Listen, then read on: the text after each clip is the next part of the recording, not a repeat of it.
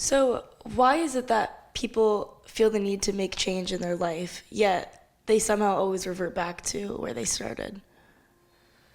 That's an interesting one. That took me a while to figure out because it was shocking how someone knows they're obese, they want to lose the weight, they know that they're killing themselves, and they want to be here. They want to be here for their kids and their grandkids, but yet they can't lose the weight a lot of times, or if they do, they lose a certain amount, and then they'll be darned if they make great progress, but 6 months, 9 months, or a year later, and they blow right back up again.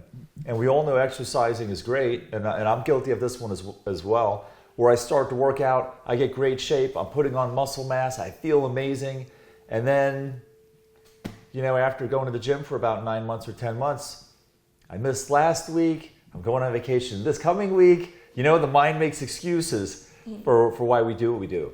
And then the next thing you know, it's been 6 months since I've been back in the gym and I've lost all this muscle mass, I've lost this weight. So what is the gap?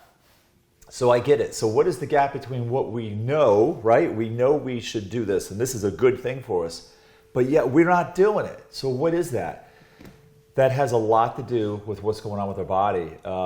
It's interesting. I went to a Christmas party and one of the people there was the manager. I'm not sure if it was Jenny Craig or Weight Watchers, but I asked her, I said, what percentage of people lose weight as a result of your program? She says almost 100%. Anyone who comes in, does our program, they all lose weight. It's really effective. I said, oh, that's awesome. What percentage of people gain the weight back within 12 months? She said somewhere between 98 to 97%. Wow. Gain the weight right back. So what does that tell you? They're motivated to get up off their butt, get in the car, drive over there, sign up, pay the fee, eat the meals, do everything. They lose the weight, but they can't keep it off. Most of the time, people have a behavior that's not good for them. Smoking, drinking, eating, abusive relationship, but they stay in it anyway. It's because they're self-medicating. If you work out 3 hours a day, you smoke a cigarette, you drink, you overeat, it's the exact same energy and it's the same consciousness. It's avoidance strategy. The person is literally moving away from feeling what they don't want to feel. And the smoking, the eating, the drinking, the exercising 3 or 4 hours a day is the same thing. It's an avoidance so they don't have to get with that feeling, that emotion, that trauma that they're escaping. So they're really just self-medicating. What we've noticed with our clients is working with them and getting more peace in their body and getting their body to come out of that pattern and make peace with whatever that wound is that was fueling the behavior. I can't tell you how many clients have come in here and I do a re-exam with them. Hey, what have you noticed for coming in and seeing me for X number of sessions? And this one girl in particular, she said, I've been smoking for 8 years, which I was shocked because she was only 22 years old. And I'm like, well, when did you start smoking? When you were 12? And she said, well, yeah, 12, 13, whatever it was. And I said, well, what's different with that now? And she said, I forget to smoke.